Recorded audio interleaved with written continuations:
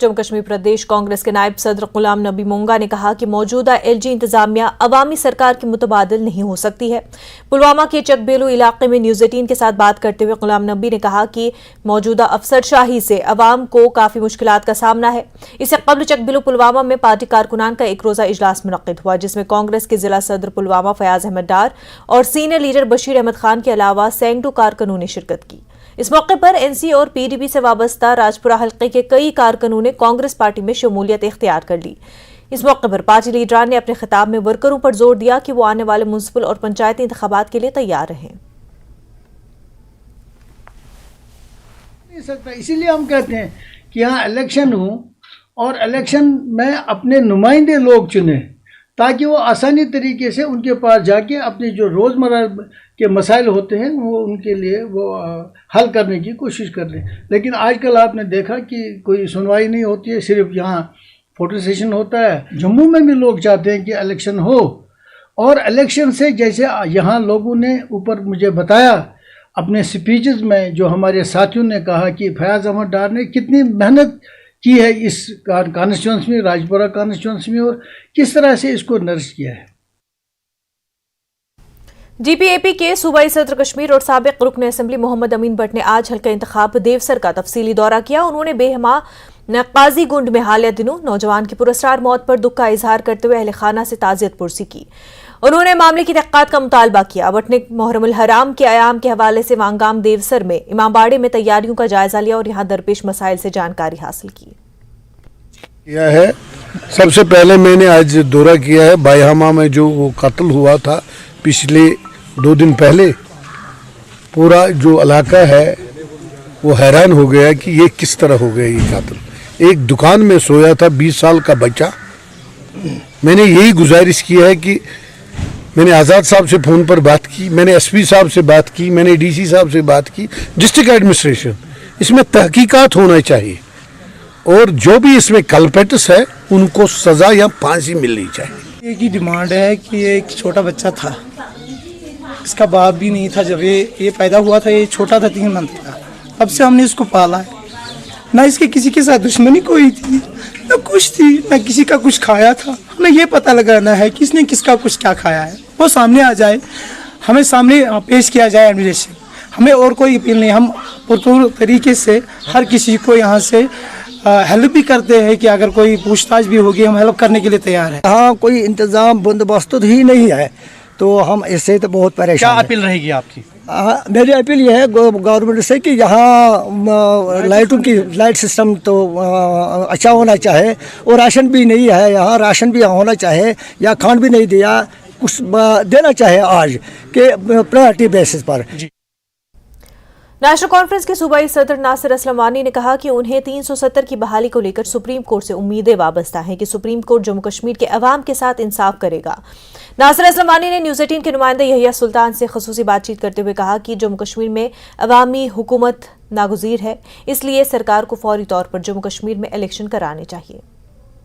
मौजूद है national conference के सीनियर लीडर सूबाई सदर नासिर असलम वानी, उनसे जानने की कोशिश करेंगे। जिस सुप्रीम कोर्ट में लगातार 370 की अब सुनवाई बाज़ाब्ता तौर शुरू हो चुकी है, तो इस मामले पे हम कोशिश करेंगे कि नासिर असलम वानी साहब से ही जानने की कोशिश करेंगे कि आपको क्या लग रहा है, क्या 370 की सुनवाई जम्मू कश्मीर के लिए नेक शगुन है? नासिर साहब, जिस तरह अब सरकार ने बाज़ाब्ता तौर पर, हम जुडिशरी की बात करेंगे, सुप्रीम कोर्ट में अब 370 की सुनवाई होने लगी है, शुरू हो चुकी है, नेशनल कॉन्फ्रेंस को क्या लग रहा है, क्या अच्छी सौगात है? देखिए, अच्छी सौगात इस लिहाज से है कि जो बेंच कॉन्स्टिट्यूट हुआ इसके हम काफ़ी देर से इंतज़ार कर रहे थे। हमने चीफ जस्टिस साहब का पहले भी शुक्रिया अदा किया कि उन्होंने ये बेंच कॉन्स्टिट्यूट किया, और सबसे बड़ी बात है कि अगस्त के पहले हफ्ते से इसकी रेगुलर सुनवाई होगी। मतलब हफ्ते में इसके कम से कम मुझे लगता है 3 दिन तो डेली बेसिस पे होगी, और उससे लगता है कि जो इसका जो फैसला भी है वो कुछ ही हफ्तों में आना चाहिए, ज़्यादा से ज़्यादा 2-2.5 महीने के अंदर अंदर आना चाहिए। अल्लाह से उम्मीद करेंगे कि हमारा हक इस इदारे से वापस आए, और पूरे मुल्क की नज़रें आखिर जब इंसाफ पे होती हैं तो इसी इदारे पे होती हैं। हमारी भी नज़रें सुप्रीम कोर्ट में, और उम्मीद करेंगे कि वो हमें नाउम्मीद नहीं करेंगे। आज उसका पूरा जो है वैक्यूम है, कोई मतलब मान लीजिए जैसे एक एलजी हैं, एक आधा एडवाइज़र हैं, ज़्यादा भी नहीं है, मेरे ख्याल एक ही है। तो कुछ अफसरान हैं उस आला सतह लेवल पे जहाँ डिसीजन मेकिंग लेवल जिसको हम कहते हैं, तो मुमकिन नहीं है इस जैसे दूर दराज इलाकों में पहुँचना, लोगों की मुश्किलात की निशानदेही करना, हल करना तो मैं कहता हूँ चलो दूर की बात है, आके वो सुने उससे भी काफ़ी मरहम हो जाता है, वो तो है ही नहीं। उसका एक ही हल होता है कि अवामी नुमाइंदे हों, और अवामी नुमाइंदे होने का एक ही हल है इलेक्शन हो। और बार बार मैं ये कहता रहता हूँ, जब पूरे मुल्क में इलेक्शन होंगे, अभी आपको कुछ एक आधे महीने के बाद 3 और रियासती इलेक्शन होने वाले हैं, उसके बाद हम पार्लियामेंट इलेक्शन की भी तैयारी करेंगे क्योंकि वो तो टल नहीं सकता है। ये सब इलेक्शन एक इसी जमहूरियत का एक हिस्सा है, जम्मू कश्मीर में भी होना चाहिए। बानिहाल और कटरा के दरमियान 111 किलोमीटर लंबे रेलवे सेक्शन में जारी काम का जायजा लेने के लिए शुमाली रेलवे के जनरल मैनेजर ने सीनियर हुकाम के हमरा जिला रामबन में बानिहाल, खड़ी और सिंगलदान का दौरा किया और कश्मीर रेल प्रोजेक्ट के बानिहाल और कटरा सेक्शन में जारी रेलवे कामों का मुआयना किया। बानिहाल पहुंचने से पहले टीम ने जुमेरात के रोज बारामूला, श्रीनगर और बानिहाल के दरमियान कई अहम रेलवे स्टेशनों का भी मुआयना किया और रेल मुसाफरीन को फराहम की जाने वाली सहूलियात के बारे में रेलवे के हुकाम से जानकारी हासिल की। प्रताप सिंह है, मैं पीपी मंडल से हूँ, ट्रैक इंजीनियर हूँ। ये सेक्शन अभी मैं ही देख रहा हूँ पूरा 77D तक अभी सर ने विजिट किया है कटन कवर स्टेशन से, बनिहाल रेलवे स्टेशन से।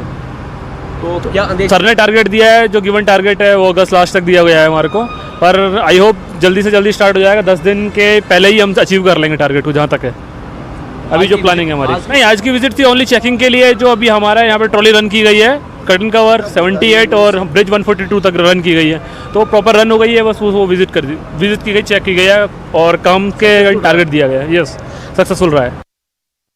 बांडीपुरा में चित्रनार के मकाम पर DFO ऑफिस के करीब पिछले कुछ रोज से महकमे जंगलात में काम कर रहे केजुअल लेबर्स एहतजाज कर रहे हैं। शदीद बारिशों के बावजूद एहतजाज कर रहे इन केजुअल लेबरों का कहना था कि कुछ साल कबल अगरचे उन्हें पूरे माह की उजरत वागुजार की जा रही थी, ताहम अब उन्हें पिछले कुछ अरसे से सिर्फ 19 रोज की उजरत वागुजार की जाती है। एहतजाजी केजुअल लेबरों का कहना था कि उन्हें पूरे माह की उजरत बाकायदगी के साथ अदा की जाए और मुतालबात पूरे होने तक उनका एहतजाज जारी रहेगा।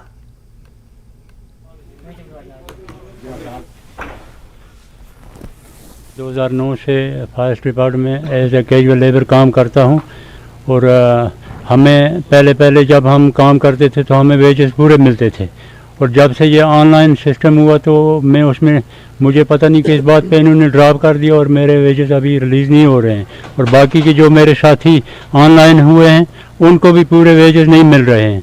हमने पिछले साल RTI किया, उसमें इन्होंने 73 दिखाया है फिगर, 73 ऑनलाइन, तो उनको भी पूरे वेजेस नहीं मिल रहे हैं। पहले वेजेस ले रहे थे तो बराबर ले रहे थे सर। 2018 में हमारे पास सर रिकॉर्ड है, हमें पूरा 2 महीने सारे लड़कों को वेजेस एक DFO साहब ने डाल दिया। उसने बोला कि ये बैन में अब आपको ये जो कटौती है ये आज से नहीं होगी, बट अनफॉर्चुनेटली उनकी ट्रांसफ़र हो गई उसके बाद 3 ही दिन, और उसके बाद रिवाइज फिर हो गया 19 दिन 20 दिन।